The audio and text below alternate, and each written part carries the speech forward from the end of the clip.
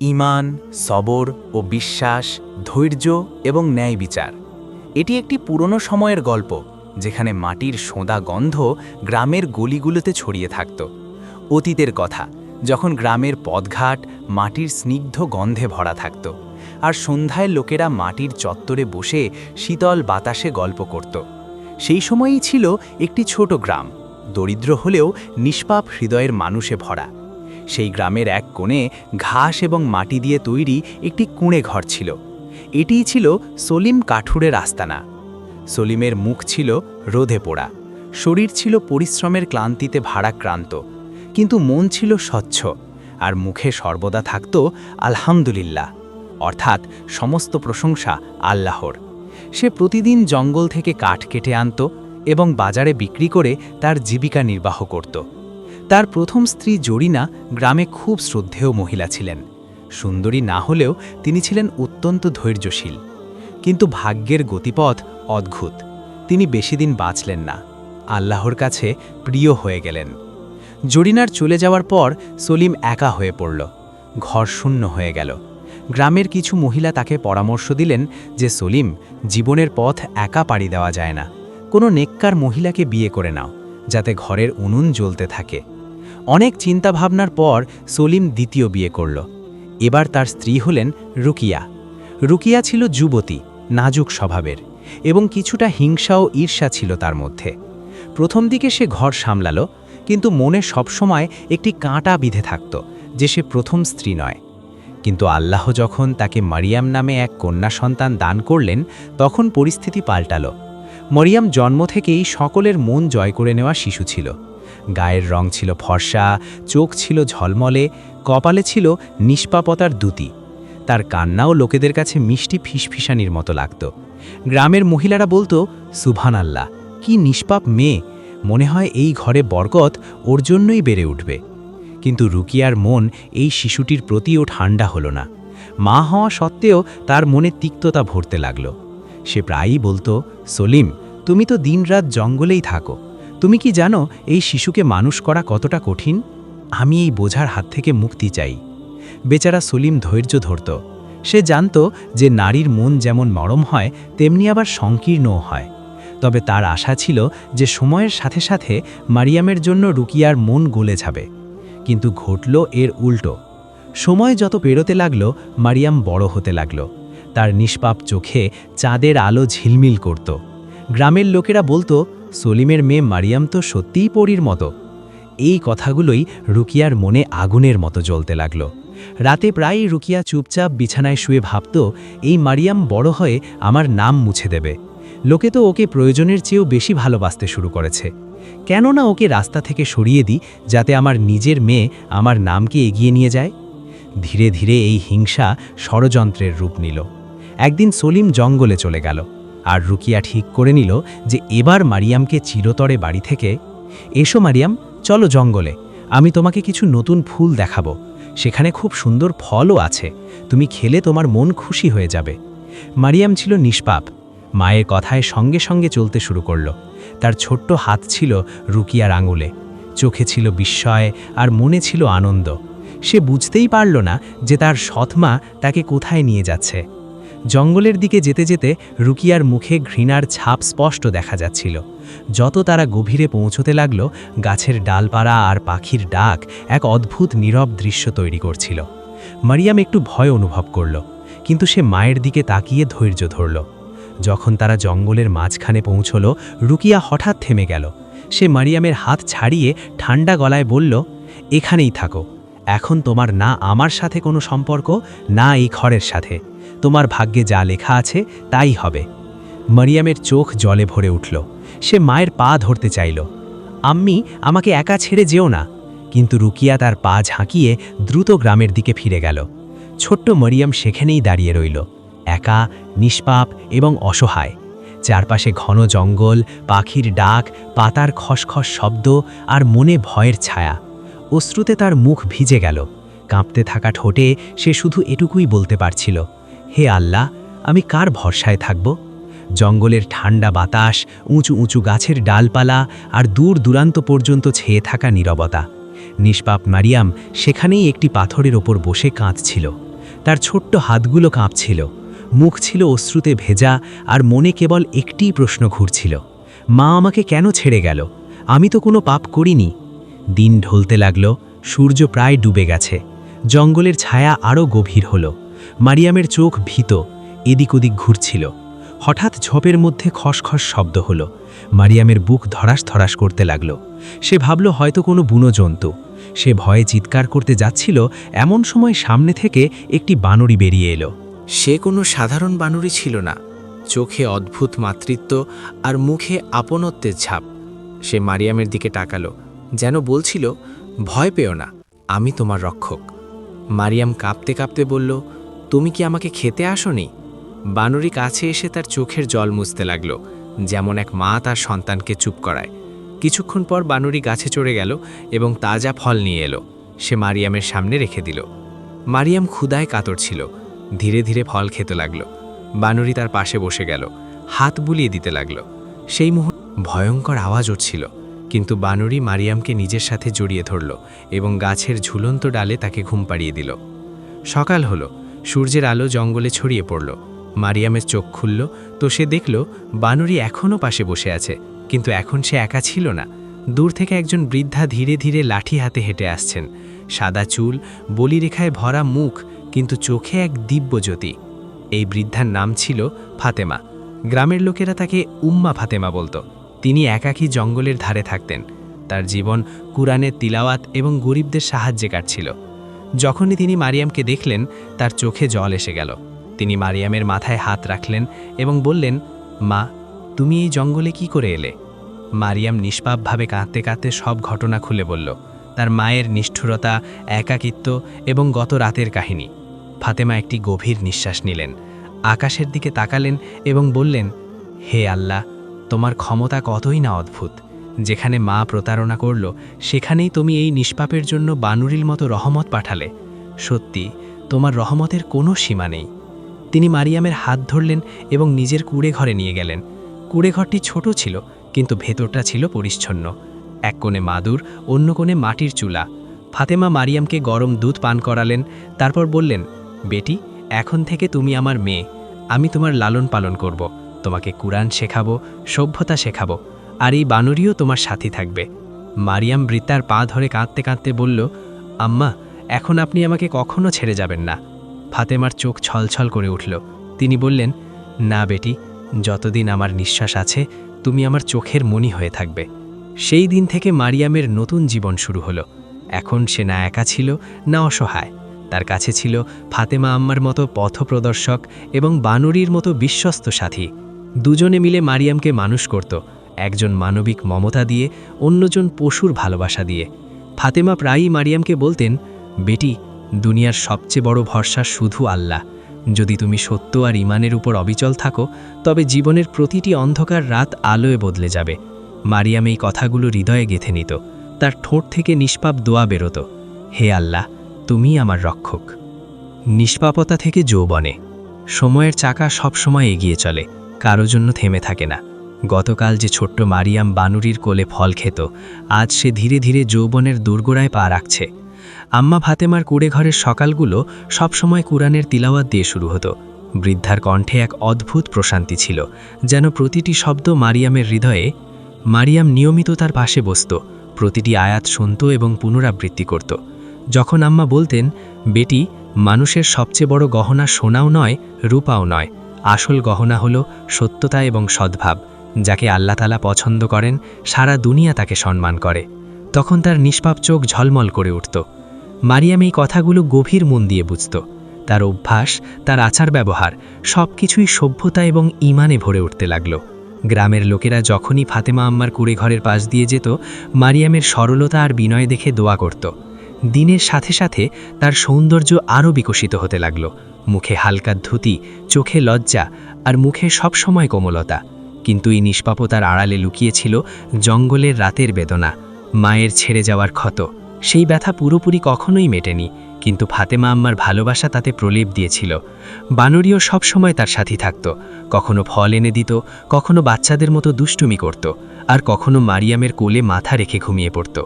এই দৃশ্য দেখতে লোকেদের অদ্ভুত লাগত, কিন্তু এটাই সত্যি ছিল যে আল্লাহ তাআলা এই নিষ্পাপের জন্য মানুষ এবং প্রাণী উভয়েরই আশ্রয় করে দিয়েছেন।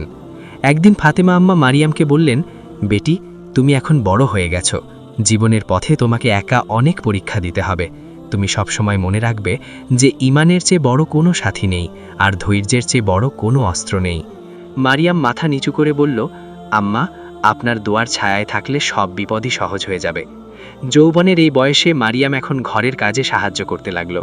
কুড়েঘর পরিষ্কার করত, আম্মার জন্য জল ভরে আনত এবং চুলায় রুটি বানানো শিখছিল।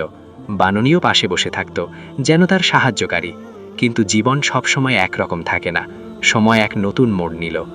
একদিন ফাতেমা আম্মাকে হঠাৎ গ্রাম থেকে বাইরে যেতে হলো। এক অসুস্থ আত্মীয়ের খবর এসেছিল।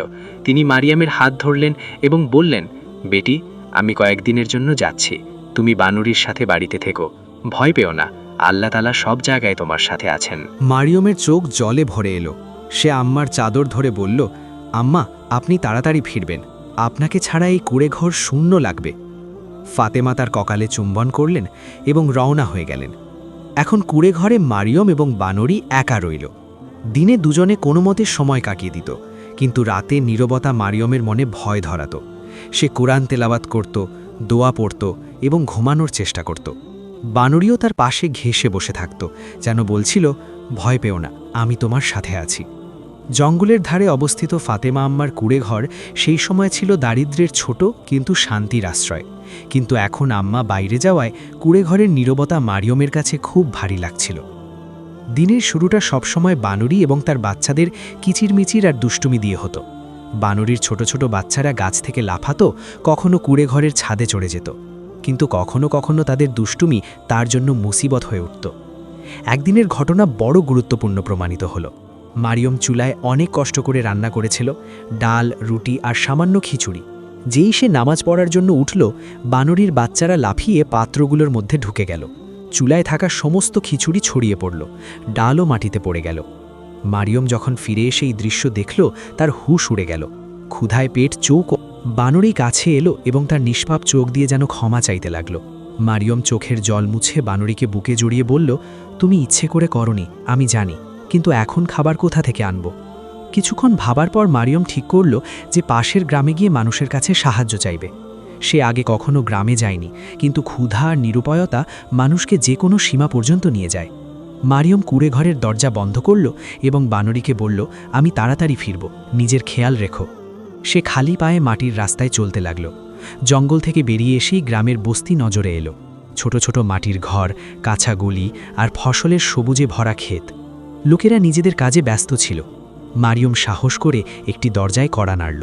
একটি বৃদ্ধা বাইরে এলেন, মুখে বলিরেখা, কিন্তু চোখে চালাকি ঝলকাচ্ছিল। তিনি মারিয়মকে ওপর থেকে নিচ পর্যন্ত দেখলেন এবং মিষ্টি সুরে বললেন, আরে বেটি, তুমি কে? এখানে কি করে এলে? মারিয়ম নিষ্পাপভাবে সব ঘটনা শোনাল, ক্ষুধা, খাবার নষ্ট হয়ে যাওয়ার দুঃখ এবং সাহায্যের আশা। বৃদ্ধা হাসলেন এবং বললেন, কোনো ব্যাপার না, ভেতরে এসো, আমি তোমাকে খাবার দেব, কিন্তু প্রথমে একটু কাজ করে দাও, তারপর তোমাকে পেট ভরে খাওয়াবো।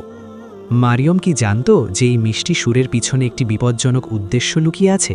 সেই মহিলা নিষ্পাপ মেয়েদের প্রতারণা করে নিজের জালে ফাঁসাত। মারিয়ম ছিল সরল, সে ইতস্তত করে ভেতরে গেল। যেই সে উঠোনে পৌঁছল, বৃদ্ধা তার ছেলেকে ইশারা করল।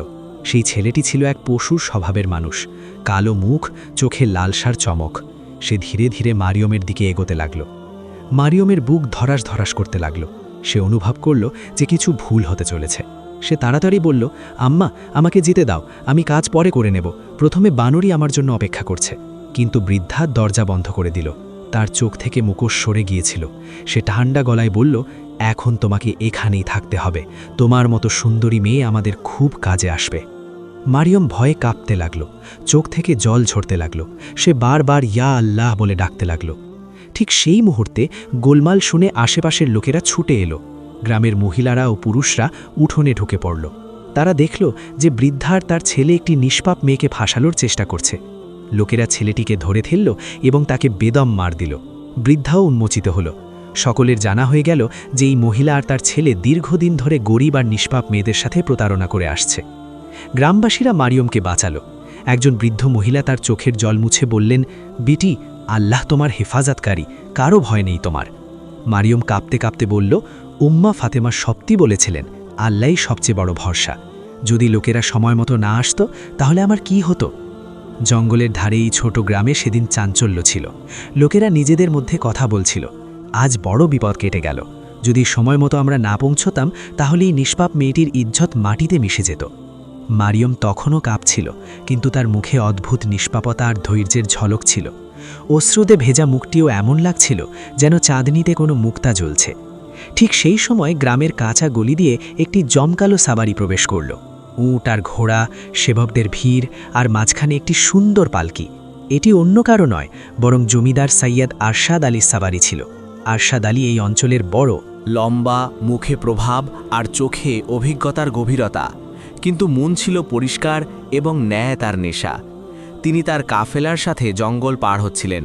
এমন সময় গ্রামের কোলাহল তার মনোযোগ আকর্ষণ করল। তিনি তার ঘোড়াকে থামালেন এবং সেবকদের বললেন, দেখো এই হাঙ্গামা কিসের জন্য? লোকেরা ঘটনাটি খুলে বলল। জমিদার যখন শুনলেন যে একটি নিষ্পাপ মেয়েকে বাঁচানো হয়েছে, তখন তিনি মারিয়ামকে দেখার ইচ্ছা প্রকাশ করলেন। মারিয়াম তখন লজ্জায় মাথা নিচু করে দাঁড়িয়েছিল। তার কাপড় ধুলোয় মলিন ছিল, মুখে অশ্রুর রেখা, কিন্তু তার চোখে লজ্জা আর হৃদয়ে ধৈর্যের আলো স্পষ্ট ঝলকাচ্ছিল। জমিদার প্রথম দেখাতেই বুঝলেন যে এ কোনো সাধারণ মেয়ে নয়। তিনি ধীরে ধীরে বললেন, বেটি, তুমি কে? তোমার বাড়ি কোথায়? মারিয়াম কাঁপতে থাকা গলায় শুধু এটুকুই বলল, আমার কেউ নেই, আল্লাহই আমার ভরসা। এই কথাগুলো জমিদারের হৃদয়ে আঘাত হানল। তিনি চিন্তায় পড়ে গেলেন, একটি ছোট্ট মেয়ে এত বড় বিপদ পার করেও আল্লাহকেই তার ভরসা মানছে। ঠিক সেই সময় গ্রামের মহিলারা এগিয়ে এসে সব ঘটনা বর্ণনা করল। কিভাবে ফাতেমা আম্মা তাকে লালন পালন করেছেন, কিভাবে বানরী তার সাথী হয়েছে, এবং কিভাবে আজ তার নিষ্পাপতার ওপর বিপদ এসেছিল। জমিদারের চোখে জল এলো। তিনি ধীরে ধীরে বললেন, সুবহানাল্লাহ, কি পবিত্র আত্মা! এই মেয়েটি তো মানবতার উদাহরণ। তারপর জমিদার মারিয়ামকে বললেন, বেটি, আমি তোমাকে তোমার অতীত থেকে মুক্তি দিতে চাই। তুমি চাইলে আমার হাবেলিতে বা প্রাসাদে থাকতে পারো। সেখানে তুমি সম্মানও পাবে আর শান্তিও। গ্রামের লোকেরা একথা শুনে অবাক হয়ে গেল। কিছু মহিলা কানাঘুষা করল। দেখো, জমিদার নিজে এই অনাথ মেয়েটিকে দত্তক নেওয়ার কথা ভাবছেন। সত্যি আল্লাহর রহমত। মারিয়াম চুপ রইল। তার চোখ ছিল মাটির দিকে। তার মনে ভয় ছিল যে এটিও যেন কোনো প্রতারণা না হয়। কিন্তু জমিদার তার দ্বিধা বুঝতে পারলেন। তিনি লোকেদের সামনে কসম খেলেন, আমি ওকে নিজের মেয়ের মতো মানব, আর যদি ও চায় তবে আমার জীবনের অংশও হতে পারে। কিছুক্ষণ নীরবতা রইল। তারপর ফাতেমার কথা মনে পড়ল। গ্রামের এক প্রবীণ বললেন, আমাদের প্রথমে ফাতেমা আম্মার সাথে পরামর্শ করা উচিত। তিনি এই মেয়েটির লালন পালনকারী। তার অধিকার আছে যে তার মতামত নেওয়া হোক। জমিদার মাথা নাড়লেন এবং বললেন, একেবারেই সঠিক। যতক্ষণ তিনি ফিরবেন আমি অপেক্ষা করব। তবে এটা জেনে রাখো, আমার নিয়ত বা উদ্দেশ্য পবিত্র। আমি এই মেয়েটিকে অপার সম্মান দিতে চাই। সেই রাতে মারিয়াম কুঁড়ে ঘরে ফিরল। বানরী দৌড়ে এসে তাকে জড়িয়ে ধরল, যেন জিজ্ঞেস করছিল, কি হয়েছে? মারিয়াম তার মাথায় হাত বুলিয়ে দিল এবং আস্তে করে বলল, আমার জীবন এক নতুন মোড়ে দাঁড়িয়ে আছে। আল্লাহ জানেন এর মধ্যে কি কল্যাণ রাখা আছে। সময় পেরিয়ে গেল। ফাতেমা তার সফর থেকে ফিরলেন। যখন তিনি মারিয়ামের অবস্থা এবং জমিদারের উদ্দেশ্য শুনলেন, তখন তার চোখ আর্দ্র হয়ে উঠল। তিনি আকাশের দিকে তাকালেন এবং বললেন, হে আল্লাহ, তুমি তোমার রহমত দিয়ে এই নিষ্পাপের জীবনকে সুন্দর করছো। যদি এই জমিদারের হৃদয়ে সত্যতা এবং নেক নিয়ত থাকে, তবে এই বিবাহর চেয়ে আর কি বড় করুণা হতে পারে। তারপর তিনি মারিয়ামকে নিজের কাছে বসালেন এবং বললেন, বেটি, বিবাহ মানুষের জীবনের সবচেয়ে গুরুত্বপূর্ণ সম্পর্ক। যদি তোমার মন রাজি থাকে এবং তুমি এটিকে আল্লাহর সন্তুষ্টি মনে করে কবুল করো, তবে এতে তোমার জন্য কল্যাণই কল্যাণ। মারিয়াম ইতস্তত করে মাথা নিচু করল। তার চোখে ছিল লজ্জা আর মনে ছিল এক অদ্ভুত শান্তি। সে বলল, আম্মা, যদি আপনার দোয়া এবং আল্লাহর দয়া আমার সাথে থাকে, তবে আমি প্রতিটি সম্পর্ক কবুল করব। কিছুদিনের মধ্যেই গ্রামের মসজিদে সাধারণ কিন্তু প্রভাবশালী নিকাহ হল। ইমাম সাহেব খুতবা পড়লেন, সাক্ষী উপস্থিত রইল, আর মারিয়াম কাঁপতে থাকা ঠোঁটে কাবুল হ্যাঁ বলল।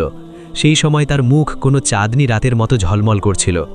জমিদার আরশাদ আলী নিকাহের পর বললেন, আজ থেকে তুমি শুধু আমার স্ত্রী নও, বরং আমার সম্মানের মালকিনও।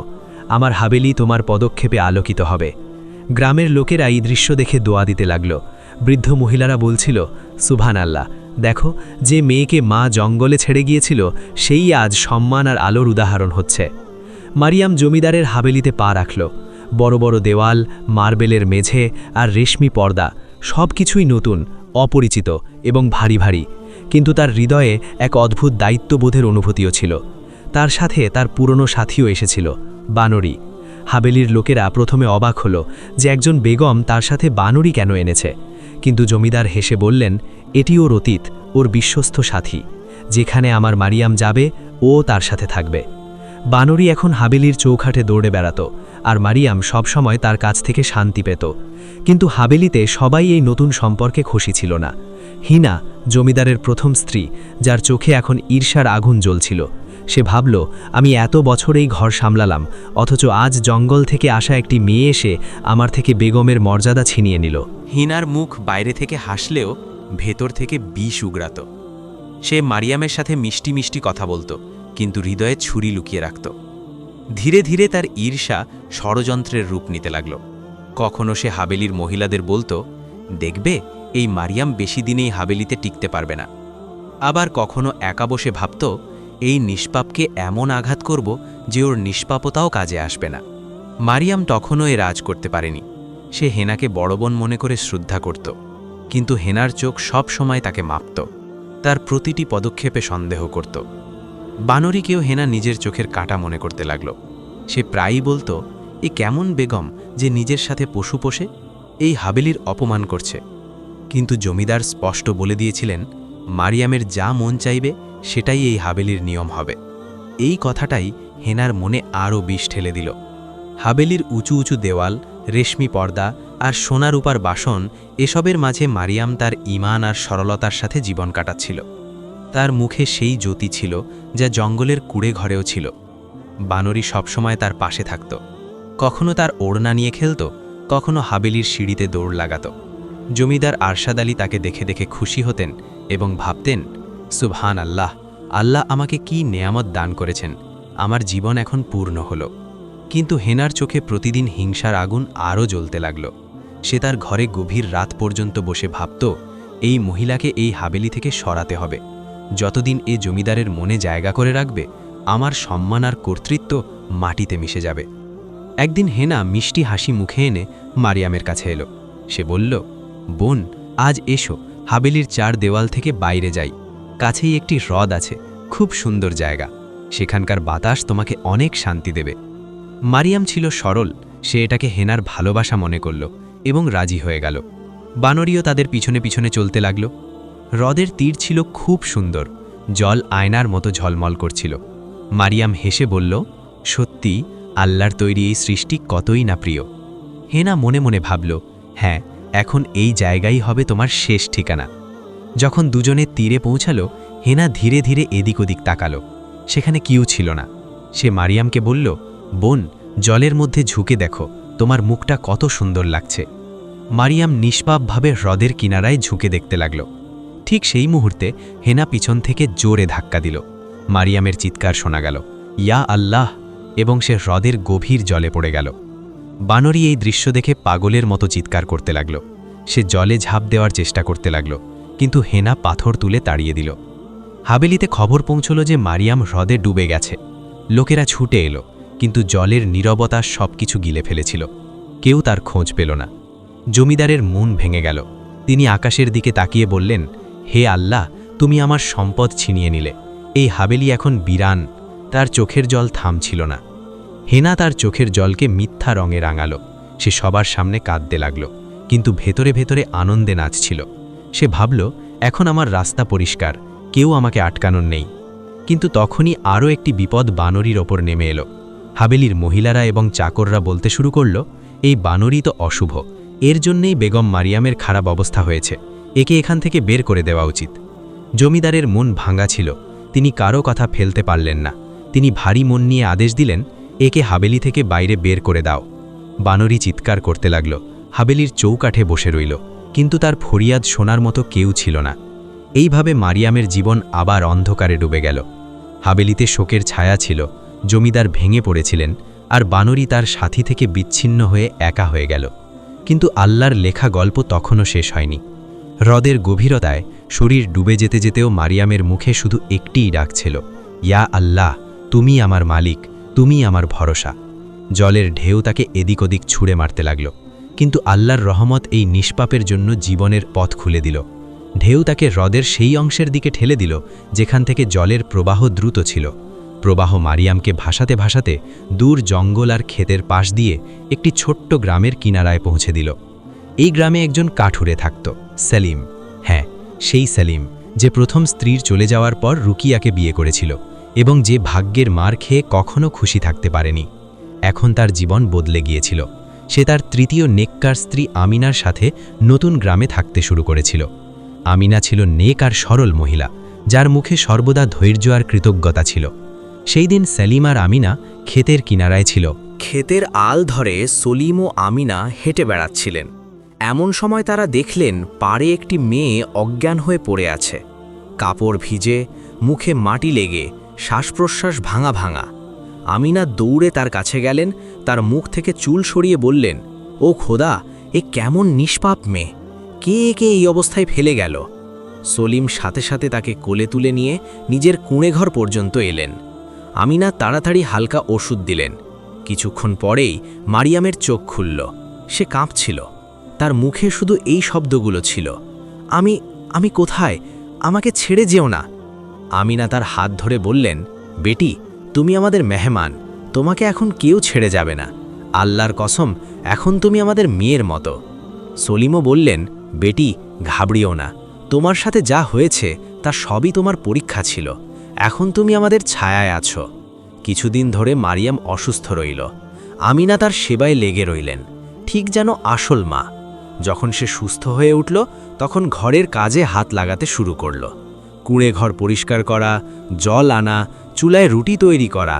মারিয়াম প্রতিটি কাজ এমনভাবে করত যেন তা আল্লাহর ইবাদাত। গ্রামের লোকেরা ধীরে ধীরে তাকে জানতে শুরু করল। কেউ বলতো, এই মেয়েটি তো ফেরেশতা, দেখো তার কথায় কত বিনয়। কেউ বলতো, আল্লাহ নিশ্চয়ই একে কোনো বড় উদ্দেশ্যের জন্য বাঁচিয়েছেন। মারিয়াম নিজে তার আসল পরিচয় গোপন রেখেছিল। সে কাউকে বলেনি যে সে একজন জমিদারের স্ত্রী ছিল। তার হৃদয়ে তখনও কষ্টের ঢেউ ছিল, কিন্তু সে আমিনা ও সলিমের ভালোবাসায় শান্তি খুঁজতে লাগল।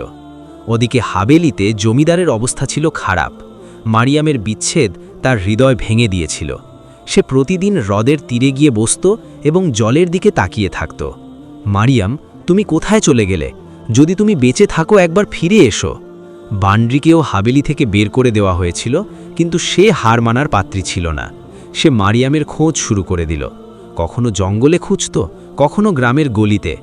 দিনরাত তার চোখ কেবল তারই সন্ধানে থাকত। তারপর সময়ের আরও একটি মোড় এলো।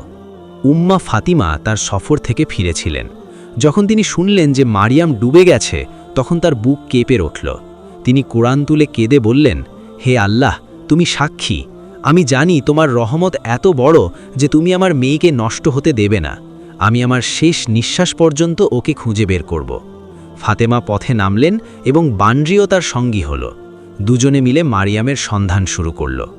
দিন যেতে লাগল এবং অবশেষে বান্ড্রি দূর থেকে একটি ঝলক দেখল। একটি মেয়ে ক্ষেতের আল ধরে আমিনার সাথে জল ভরছে। সে দৌড়ে সেখানে পৌঁছল এবং মারিয়ামকে জড়িয়ে ধরল। মারিয়ামের চোখ থেকে ঝরঝর করে জল পড়তে লাগল। আমার সাথী, তুমি আমাকে খুঁজতে খুঁজতে এখানে এসেছ? আমিনা ও সলিম অবাক হলেন। তারা বুঝলেন যে এটি কোনো সাধারণ গল্প নয়, নিশ্চয়ই এর পিছনে কোনো বড় রহস্য লুকিয়ে আছে। এখন সব পথ এক জায়গায় এসে তারা মারিয়ামকে বুকে জড়িয়ে ধরে কাঁদতে কাঁদতে বললেন, বেটি, তুমি বেঁচে আছো, আমার আল্লাহ কতই না দয়ালু। মারিয়ামের হৃদয়ে আবেগ উথলে উঠল। সে ভাবল, এখন আর সত্য গোপন করা ঠিক নয়, আমার আসল পরিচয় প্রকাশ করা দরকার। মারিয়াম ক্ষেতের আলে দাঁড়িয়েছিল। একদিকে উম্মা ফাতিমা, অন্যদিকে বান্দ্রি, আর পাশেই সলিম ও আমিনা। তার চোখে ছিল অশ্রুর বন্যা, বুক ধরফর করছিল, কিন্তু সে ঠিক করে নিয়েছিল যে এখন সে তার আসল পরিচয় লুকোবে না। উম্মা ফাতেমা তার গাল ছুঁয়ে বললেন, বেটি, এবার আমাকে সব সত্যি বলো, তুমি কোন হাবেলির আলো ছিলে, আর কে তোমাকে এই অন্ধকারে ঠেলে দিয়েছিল? মারিয়াম কাঁপতে থাকা ঠোঁটে বলল, আম্মা, আমি কোনো সাধারণ মেয়ে নই, আমি সেই জমিদারের স্ত্রী যিনি আমাকে সম্মান দিয়ে নিজের হাবেলি পর্যন্ত এনেছিলেন। কিন্তু তার প্রথম স্ত্রী হিনা আমাকে নিয়ে হিংসা করত। সে আমাকে প্রতারণা করে হ্রদের ধারে ধাক্কা দিয়েছিল। সবাই ভেবেছিল আমি ডুবে গেছি। এই কথা শুনে সলিম ও আমিনার মুখে বিস্ময় ছেয়ে গেল। আমিনা বললেন, হে আল্লাহ, ভাগ্যের এ কেমন মোড়! যাকে আমরা গরিব অনাথ ভাবছিলাম সে তো এক বড় হাবেলির রানী ছিল। সলিমের চোখেও জল ছিল। তিনি চিন্তায় পড়ে গেলেন, এই কি সেই মেয়ে যাকে আমার দ্বিতীয় স্ত্রী একবার জঙ্গলে ছেড়ে এসেছিল? কিন্তু তিনি তার সন্দেহ দমন করলেন এবং মারিয়ামের সম্মান বাঁচানোর সিদ্ধান্ত নিলেন। উম্মা ফাতেমা সবাইকে বাস্তবতা বোঝালেন। তিনি বললেন, আমি ওকে নিজের মেয়ের মতো লালন পালন করেছি। ওকে কুরআন, সভ্যতা আর ধৈর্য শিখিয়েছি। এ আল্লাহর আমানত। ওর সাথে যা হয়েছে তা অত্যাচারের চেয়ে কম ছিল না। এখন সময় এসেছে সত্যকে দুনিয়ার সামনে তুলে ধরার। মারিয়াম সাহস জোগাড় করে বলল, আমি আর লুকিয়ে থাকব না। আমাকে আমার স্বামী জমিদার আরশাদ আলীর সামনে যেতে হবে। আমাকে জানাতে হবে যে তার মারিয়াম বেঁচে আছে এবং হিনার ষড়যন্ত্র ফাঁস করতে হবে। ওদিকে হাবেলিতে জমিদারের অবস্থা ছিল কাহিল। তিনি দিনরাত বিষণ্ণ থাকতেন। হ্রদের পাড়ে বসে চোখের জল ফেলতেন। চাকররা গিয়ে বলতো, মালিকের অবস্থা দিন দিন খারাপ হচ্ছে। তার হৃদয় মারিয়ামের স্মৃতিতে জ্বলছে। হিনা বাইরে থেকে নিষ্পাপ সাজার ভান করত, কিন্তু মনে মনে আনন্দ করত। সে ভাবত, এখন হাবেলিতে আমার এই রাজত্ব, কেউ আমার প্রতিদ্বন্দ্বী হতে পারবে না। কিন্তু সে জানত না যে তার ষড়যন্ত্র এবার প্রকাশিত হতে চলেছে। তারপর সেই সময় এলো যখন মারিয়াম, উম্মা ফাতেমা, সালিম, আমিনা এবং বানরে সবাই হাবেলির দিকে রওনা হলেন। গ্রামের লোকেরাও তাদের সাথী হল। সবার মনে অস্থিরতা ছিল, এবার কি হবে? হাবেলির বড় উঠোনে সবাই জড়ো হলেন। জমিদার সেখানে বসেছিলেন, মুখ বিবর্ণ, চোখে বিষণ্ণতা। তিনি যখন মারিয়ামকে বিরলেন, এক মুহূর্তের জন্য তার শ্বাস বন্ধ হয়ে গেল। তিনি উঠে দাঁড়ালেন, কাঁপতে থাকা গলায় বললেন, ইয়া আল্লাহ, এ স্বপ্ন না সত্যি? আমার মারিয়াম বেঁচে আছে? মারিয়াম দৌড়ে এসে তার পায়ে লুটিয়ে পড়ল এবং কাঁদতে কাঁদতে বলল, হ্যাঁ মালিক, আমি আপনার মারিয়াম। আমাকে অন্য কেউ নয়, আপনার প্রথম স্ত্রী হিনা প্রতারণা করে হ্রদে ধাক্কা দিয়েছিল। এই কথা শুনে পুরো উঠোন কেঁপে উঠল। লোকেরা অবাক হয়ে হিনার দিকে তাকাল। উম্মা ফাতেমা এগিয়ে এলেন এবং বললেন, আমি সাক্ষী, এই মেয়েটি মিথ্যা বলেনি। আমি ওকে মানুষ করেছি, আর বানরই ওর সবচেয়ে বড় সাক্ষী। এই হিনাই ওকে বরবাদ করার চেষ্টা করেছিল। বানরীও রাগে চিৎকার করে উঠল, যেন সব কিছু বর্ণনা করছে। লোকেরা তার দিকে তাকিয়ে বুঝল যে পশুও এই সাক্ষ্যে সামিল। জমিদারের চোখে জল ভরে এলো। তিনি হিনার দিকে তাকালেন এবং গর্জন করে বললেন, ও হিনা, তুই আমার জীবনের আলো নিভিয়ে দেওয়ার চেষ্টা করেছিস। তুই আমার স্ত্রীকে মৃত্যুর মুখে ঠেলে দিতে চেয়েছিলিস। এখন তুই তোর অপরাধ কি করে লুকাবি? হিনার মুখ ফ্যাকাশে হয়ে গেল। সে অজুহাত দিতে লাগল, না মালিক, এসব মিথ্যা, আমি নির্দোষ। কিন্তু গ্রামের লোকেরা চিৎকার করে উঠল, আমরা সব সময় তোর চালাক দৃষ্টি দেখেছি, তুই অপরাধী। এখন হাবেলির উঠোন আদালতের মতো হয়ে গেল। সবার নজর ছিল জমিদারের দিকে, যে তিনি কি সিদ্ধান্ত নেবেন। হাবেলির উঠোন সেই দিন আদালতের দৃশ্য দেখাচ্ছিল। জমিদার আরশাদ আলী উঁচু আসনে বসেছিলেন। চারপাশে গ্রামের প্রাবীণ, মহিলা ও যুবকরা জড়ো হয়েছিল। সবার নজর ছিল হিনার দিকে, যে মাথা নিচু করে দাঁড়িয়েছিল। মারিয়াম একপাশে উম্মা ফাতেমা এবং বানরীর সাথে বসেছিল। তার মুখে ধৈর্যের দ্যুতি ছিল, কিন্তু চোখে তখনও অশ্রুর ভেজা ভাব। জমিদার ভারী গলায় বললেন, আজ এখানে আল্লাহর কসম খেয়ে সত্য মিথ্যার বিচার হবে। যে অপরাধী হবে সে তার শাস্তি পাবে, আর যে নির্দোষ হবে সে সম্মান ও ইনসাফ পাবে। সবার প্রথমে উম্মা ফাতেমা এগিয়ে এলেন। তিনি কুরআন শরীফ তুলে ধরলেন এবং বললেন, আমি এই মেয়েটিকে নিজের চোখে পালন করেছি। এ সেই দিন আমার কাছে এসেছিল যেদিন ওর মা একে জঙ্গলে ছেড়েছিল। এ নিষ্পাপ, আর ওর ওপর যে অত্যাচার হয়েছে তা কোনো মানবতাসুলভ কাজ নয়। তারপর তিনি সবার সামনে সাক্ষ্য দিলেন যে কিভাবে মারিয়াম প্রতিটি কষ্ট ধৈর্য ধরে সহ্য করেছে এবং কিভাবে হিনা মিথ্যে ভালোবাসা দেখিয়ে তাকে হ্রদে ধাক্কা দিয়েছে। গ্রামের লোকেরা আল্লাহু আকবার বলে তার কথার সমর্থন করতে লাগল। এরপর বানরীকে এগিয়ে আনা হলো। সে অস্থির হয়ে চিৎকার করতে লাগল, যেন নিজের ভাষায় সব বর্ণনা করছে। লোকেরা অবাক হলো, পশুর চিৎকারেও সত্যের প্রভাব ছিল। জমিদারের চোখ থেকে জল গড়িয়ে পড়ল। তিনি বললেন, এ সেই সাথী যে মারিয়ামকে জঙ্গলে সঙ্গ দিয়েছিল, আর এই সবচেয়ে বড় সাক্ষী। আল্লাহর কুদরাত বা ক্ষমতা দেখো যে আজ একটি পশুও মানুষের পক্ষে সাক্ষ্য দিচ্ছে। এবার হিনার পালা। জমিদার তার দিকে তাকালেন এবং বললেন, হিনা, এবার তুই বল, কি সত্যি আর কি মিথ্যে? তোর কাছে শেষ সুযোগ। হিনার মুখ সাদা হয়ে গেল, তার জিভ জড়িয়ে গেল। প্রথমে সে অজুহাত দেখানোর চেষ্টা করল, মালিক, আমি কিছু করিনি, এ সবই অভিযোগ। কিন্তু যখন সব মানুষের দৃষ্টি তার মুখের উপর স্থির হলো এবং উম্মা ফাতেমার কথার উষ্ণতা তার হৃদয়কে দগ্ধ করল, তখন সে ভেঙে পড়ল। অশ্রু ঝরতে লাগলো এবং সে বলল, হ্যাঁ, আমিই করেছি। আমার হিংসা আমার চোখ অন্ধ করে দিয়েছিল। আমি মারিয়ামকে হ্রদে ধাক্কা দিয়েছিলাম। আমি ওকে সহ্য করতে পারছিলাম না। নীরবতা ছেয়ে গেল। তারপর মানুষের মুখ থেকে আওয়াজ বেরোলো, আল্লাহু আকবার। দেখো, অপরাধী নিজেই নিজের অপরাধ স্বীকার করেছে। জমিদারের মুখ রাগে লাল হয়ে গেল। তিনি বললেন, হিনা, তুই আমার ঘরের সম্মান লুটেছিস, আমার হৃদয় ভেঙেছিস এবং নিষ্পাপ মারিয়ামের ওপর অত্যাচার করেছিস। এখন তুই তোর পাপের শাস্তি পাবি। তিনি আদেশ দিলেন যে হিনাকে হাবেলি থেকে বের করে দেওয়া হোক। তার আর কোনো অধিকার নেই যে সে এই ঘরের চৌকাঠে পা রাখবে। গ্রামের লোকেরাও বলল, এটাই তোর জন্য সবচেয়ে বড় শাস্তি। তুই যা বুনেছিস তাই কেটেছিস। তারপর জমিদার উঠে দাঁড়ালেন এবং সবার সামনে ঘোষণা করলেন, আজ থেকে মারিয়াম শুধু আমার স্ত্রী নয়, বরং এই হাবেলির আসল মালকিন। উম্মা ফাতেমাকে আমি মায়ের মর্যাদা দিচ্ছি এবং বানরীকে এই হাবেলির সম্মান। লোকেরা চোখ আর্দ্র হয়ে উঠল। সবাই দোয়া করতে লাগলো, ইয়া আল্লাহ, এই ঘরে বরকত দাও এবং একে সব বিপদ থেকে রক্ষা করো। মারিয়ামের মন থেকে যেন বোঝা নেমে গেল। সে জমিদারের পায়ে ঝুঁকে পড়ল এবং বলল, মালিক, এ আপনার রহমত, কিন্তু মনে রাখবেন, আসল ইনসাফ সেটাই যা আল্লাহ করেন।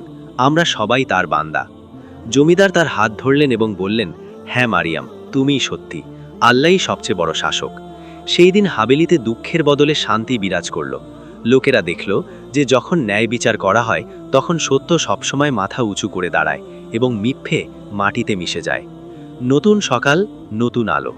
হাবেলিতে সেই দিনের পর পরিবেশ একেবারে পাল্টে গেল। যেখানে একসময় দুঃখ ও হিংসার ছায়া ছিল, সেখানে এখন শান্তি ও বরকতের আলো নেমে এলো। জমিদার আরশাদ আলীর হৃদয় ভেঙে গিয়েছিল, কিন্তু মারিয়ামের ফিরে আসা তাকে আবার জীবন দিল। হাবেলির উঠোনে এখন সকালে কুরআন তিলাওয়াতের আওয়াজ প্রতিধ্বনিত হয় এবং সন্ধ্যায় গরিবদের জন্য দরজা, কিন্তু তার মুখে অহংকারের লেশ মাত্র ছিল না।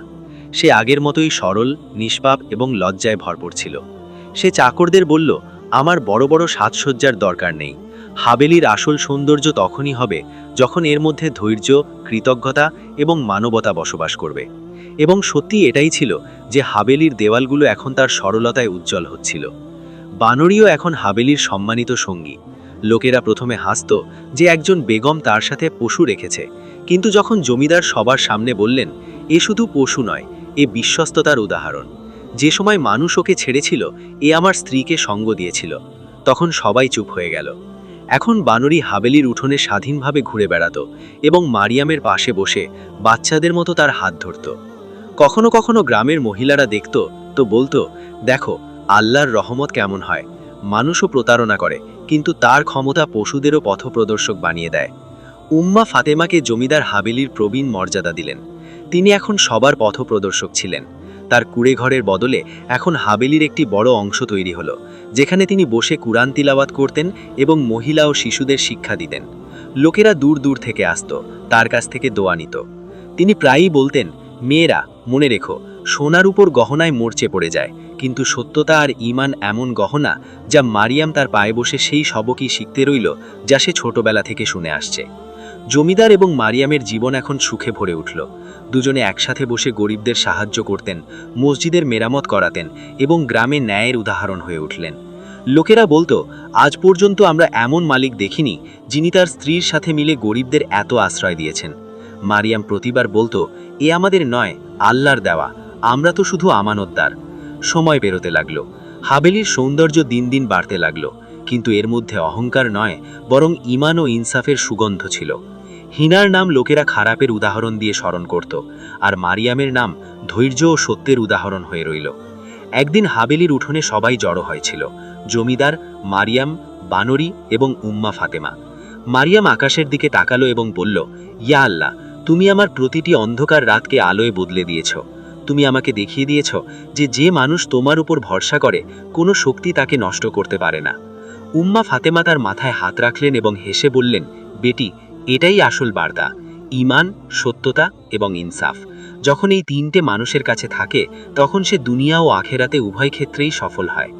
জমিদার মারিয়ামের দিকে তাকালেন এবং বললেন, আজ আমার সম্পদ তুমি, আমার সম্মান তুমি। আল্লাহর শুকরিয়া যে তোমাকে আমি ফিরে পেলাম। বানরীও লাফিয়ে মারিয়ামের কোলে এসে বসল, যেন বলছিল, এখন আর তোমাকে কখনো একা ছাড়ব না। এবং এইভাবে গল্পের পর্দা নামল। মায়ের ঘৃণা থেকে শুরু হওয়া উপাখ্যান আল্লাহর রহমতের সুখ সমৃদ্ধিতে শেষ হলো। গ্রামের লোকেরা বলতে লাগলো, দেখো আল্লাহর কাজ কেমন হয়। জুলুম যত বড়ই হোক না কেন, শেষে জয় ধৈর্য, সত্য এবং ন্যায়েরই হয়। গল্পের বার্তা, ঈমানের চেয়ে বড় কোনো সম্পদ নেই, ধৈর্যের চেয়ে বড় কোনো অস্ত্র নেই এবং ন্যায়ের চেয়ে বড় কোনো অলংকার নেই। গল্পটি এখানেই শেষ। ভিডিওটি ভালো লাগলে ভিডিওতে একটি লাইক করে চ্যানেলটি সাবস্ক্রাইব করবেন।